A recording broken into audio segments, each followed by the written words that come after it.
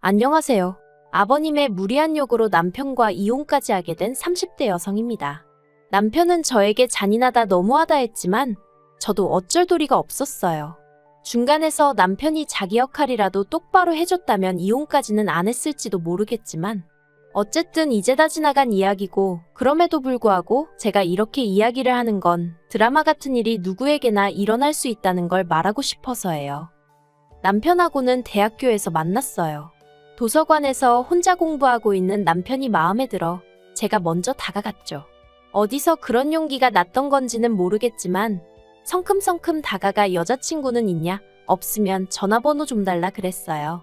그랬더니 남편이 대수롭지 않다는 듯 연락처를 주대요. 그리고 나중에서야 알게 된 게 당시 남편은 꽤나 인기가 좋았답니다. 그래서 저뿐만 아니라 다른 몇몇 여학생들도 먼저 전화번호를 물어본 적이 있었던 모양이더라고요. 그런데 저는 그런 줄도 모르고 남편도 저에게 관심이 있어 순순히 연락처를 준 줄 알았고, 그래서 그때부터 한마디로 엄청 공을 들였어요.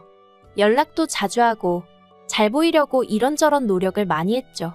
그리고 그 노력의 성과라고 해야 할지 사귀자는 말은 남편 입에서 먼저 나왔답니다. 대학교 4학년 말부터 연애를 시작했고 이후로 7년을 만났어요. 만나는 동안 어느 다른 연인들처럼 다투기도 했고 헤어진 적도 있었죠.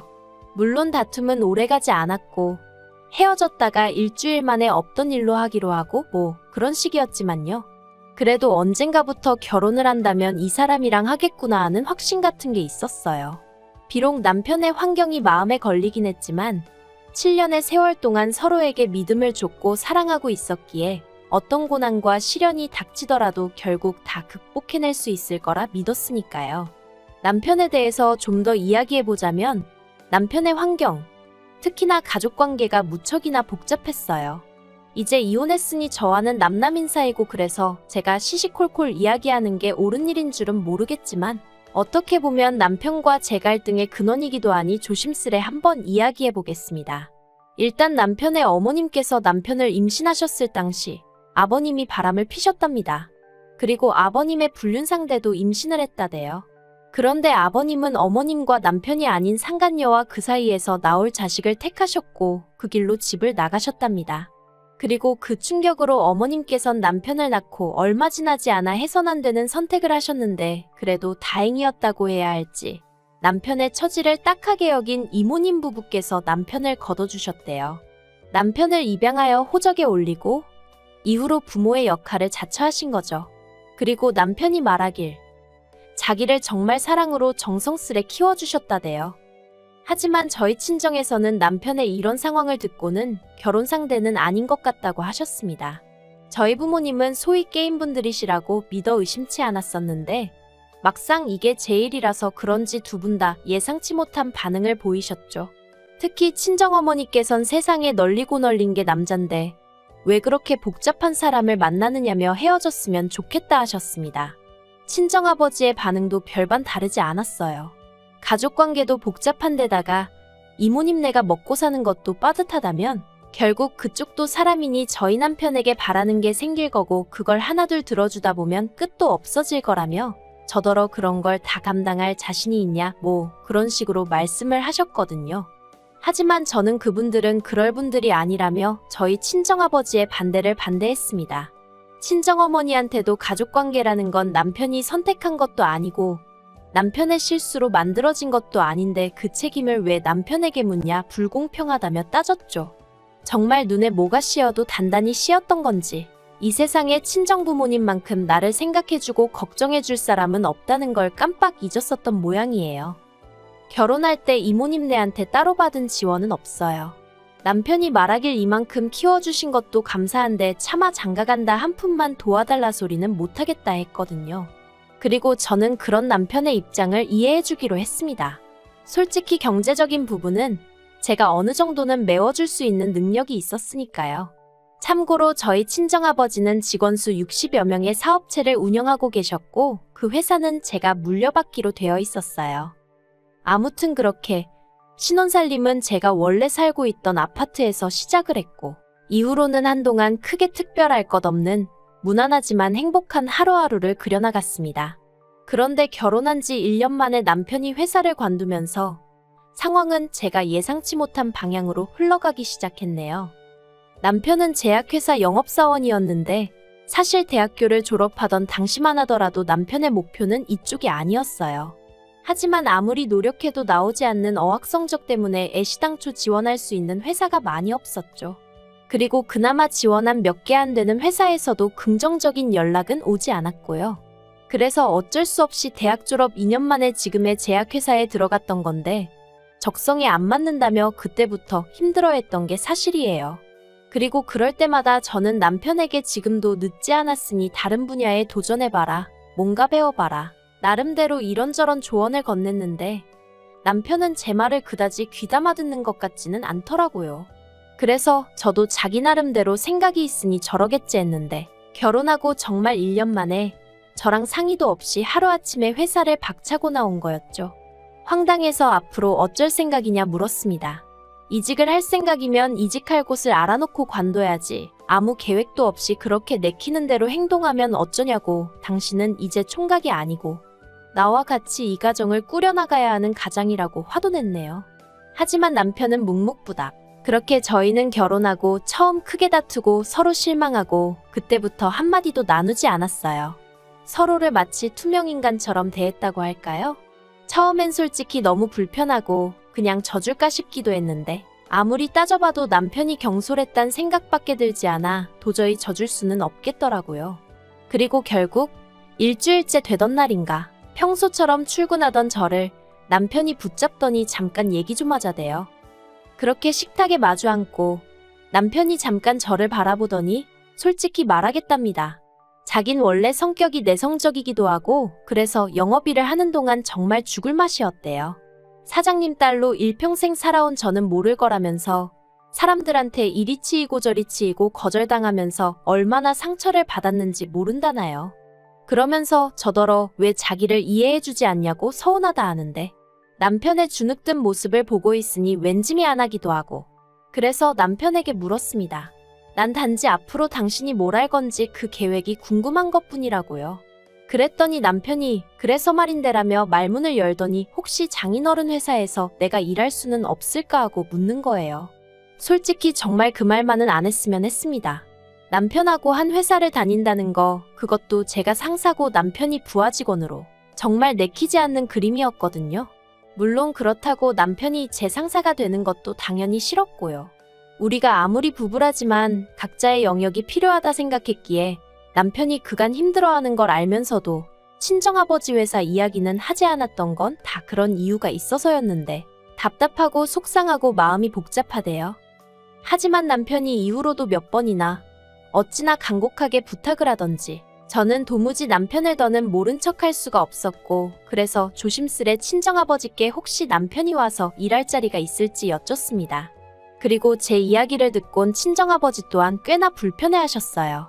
한 집안의 가장이란 사람이 혼자 어떻게든 방법을 찾으려고 해야지 와이프한테 징징거리는 게 말이나 되냐면서요. 그리고 저는 그런 친정아버지 앞에서 아무런 대꾸도 할 수 없었습니다. 솔직히 저도 같은 마음이었으니까요. 하지만 그래도 결국 친정아버지가 한 자리 마련해 주셨어요. 대신 다른 직원들하고 똑같이 바닥부터 올라오라고 다른 직원들하고 마찬가지로 일 못하고 성과 안 나오면 바로 해고하겠다는 말씀과 함께 말이죠. 그리고 그나마 다행히도 남편은 회사 내에서 크고 작은 구설수에 오르내리는 일 없이 묵묵히 맡은 바를 잘 해내주었습니다. 그래서 언젠가부턴 저도 언젠가 아버지께 완전히 회사를 물려받으면 남편과 함께 사업을 키워봐야겠다 하는 나름의 청사진도 그리게 되대요. 그런데 왜 좋은 일은 꼭 나쁜 일하고 같이 오는 건지 그렇게 저희가 결혼한 지 3년째 되던 해였습니다. 이모님 생신이었고 그래서 남편과 함께 이모님 댁을 찾았는데 이모님 표정이 왜인지 하루 종일 어둡기만 하더라고요. 그리고 그건 이모부님도 마찬가지셨습니다. 그래서 참다 못한 제가 저희한테 무슨 하실 말씀이라도 있으신 거냐 물었더니 한숨을 깊게 내뱉으시고는 남편의 아버님한테 연락이 왔답니다. 저는 처음에 제가 뭘 잘못 들은 줄 알았어요. 그래서 누구요? 하고 되물으니 맞게 들었다고 어머님과 남편을 버리고 상간녀와 그 자식을 따라 나가셨던 아버님한테 전화가 왔었다고요. 저도 저였지만 남편을 바라보니 얼굴이 허옇게 질려 있었습니다. 그리고 이후로는 솔직히 무슨 이야기가 오갔는지 기억도 잘 나지 않아요. 이모님하고 이모부님은 복잡한 표정을 하고 계셨고 남편 또한 그 속내를 읽기 어려운 얼굴을 하고 있었으니까요. 그리고 저는 그 세 사람의 비할 바는 아니었지만 그래도 역시나 놀랐던 게 사실입니다. 그래서 그냥 음식도 입으로 들어가는지 코로 들어가는지도 모르겠고 정말 정신이 하나도 없이 있다가 집에 왔어요. 그리고 며칠 뒤 남편이 아버님과 만나기로 했다며 나갔다 왔는데 이후로 정말 몇 날 며칠을 말 그대로 죽상을 하고 있더라고요. 그래서 보다 못한 제가 도대체 무슨 일이냐고 물었더니 그제서야 한다는 말이 아버님이 대장암이시래요. 그러면서 하나밖에 없는 아들 생각이 나서 찾아왔다며 지금부터라도 같이 살자 하시더랍니다. 어이가 없어서 어떻게 그러실 수가 있냐고 제가 화를 냈어요.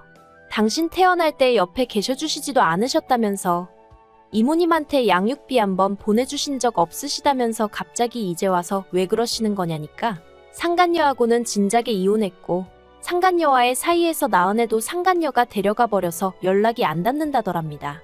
그리고는 솔직히 그쪽에는 별로 정이 없었고 마음속으로는 늘 돌아가신 어머님과 저희 남편에 대한 미안함과 그리움 뿐이었다나요.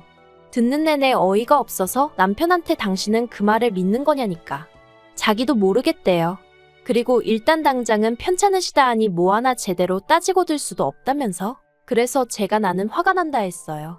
버릴 땐 언제고 이제 와서 아쉬우니 당신을 찾아오셨는가 본데 정말 이해가 안 된다 했죠. 그런데 그때 남편이 그래도 사람이 암이라는데 저더러 말 좀 조심하랍니다.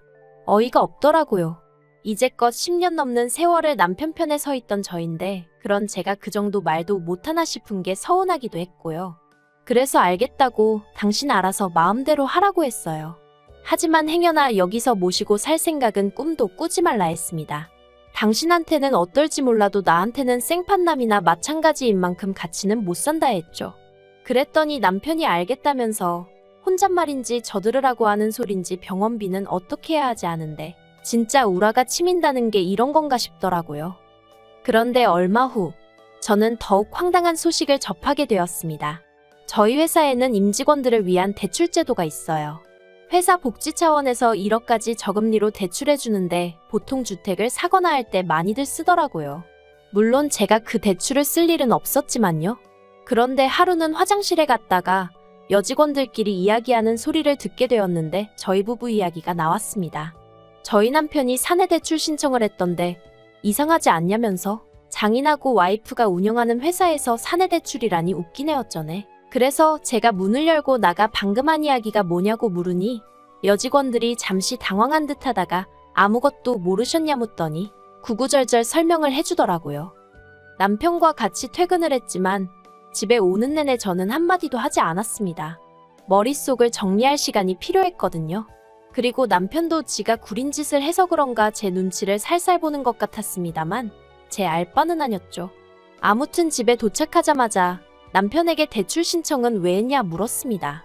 그러자 남편이 얼굴이 허옇게 질려서는 이내 난감한 표정을 짓고는 한다는 말이 그러면 뭐 죽어가는 아버지를 모른 채 하라는 거냐며 난데없이 저한테 화를 내는 거예요. 참나 황당해서 그럴 거면 당신 능력으로 도와드리라 했습니다. 왜 사람들 입방아에 오르내리게 사내 대출을 끌어다 쓸 생각을 하냐고 당신 와이프랑 장인어른 입장이란 건 생각도 안 하냐 했죠. 그랬더니 저더러 정말 못됐다면서 지금도 오로지 생각하는 건 자기 자신하고 장인어른뿐이고 남편이나 편찮으신 아버님은 안중에도 없다는데 아니 언제부터 자기가 아버님하고 그렇게 애틋한 사이였다고 저러나 싶은 게 황당해서 말이 안 나오더라니까요. 그런데 남편은 작정이라도 한 듯이 쉬지 않고 말을 이어갔습니다. 왜 이모님 이모부님한테는 부탁하지 않아도 척척 잘만 해드리면서 아버님한테는 그렇게 냉정하냐는 거예요. 저는 저 사람이 미쳤나 싶었어요. 이모님하고 이모부님이 자기를 얼마나 애써 키워주셨는지 자기가 나한테 얘기해놓고 아버님이 자기 버리고 갔단 얘기도 자기가 나한테 해놓고 이제 와서 왜 나한테 이모님네한테만 잘하냐고 따지는 게 말이 되나 싶어서요. 그래서 제가 남편더러 도대체 하고 싶은 말이 뭐냐니까 바라는 거 없답니다. 그냥 해달라는 1억만 좀 해줬으면 좋겠대요. 그걸로 치료받고 어디 방 한 칸이라도 마련해서 사시게 해드리고 싶답니다.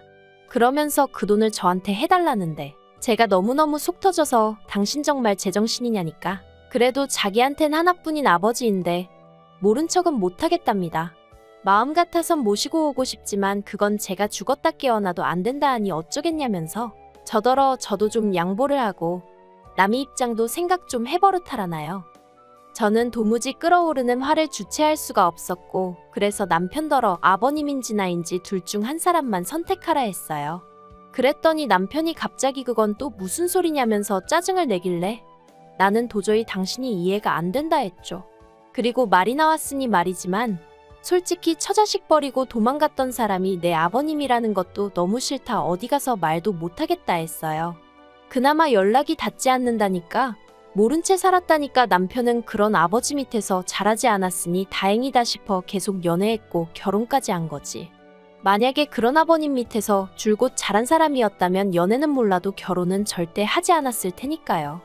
아무튼 남편은 둘 중 한 사람만 택하라는 제 말에 끝까지 제대로 된 답을 내놓지 못했고 그래서 저는 결국 남편과 이혼을 결심했습니다.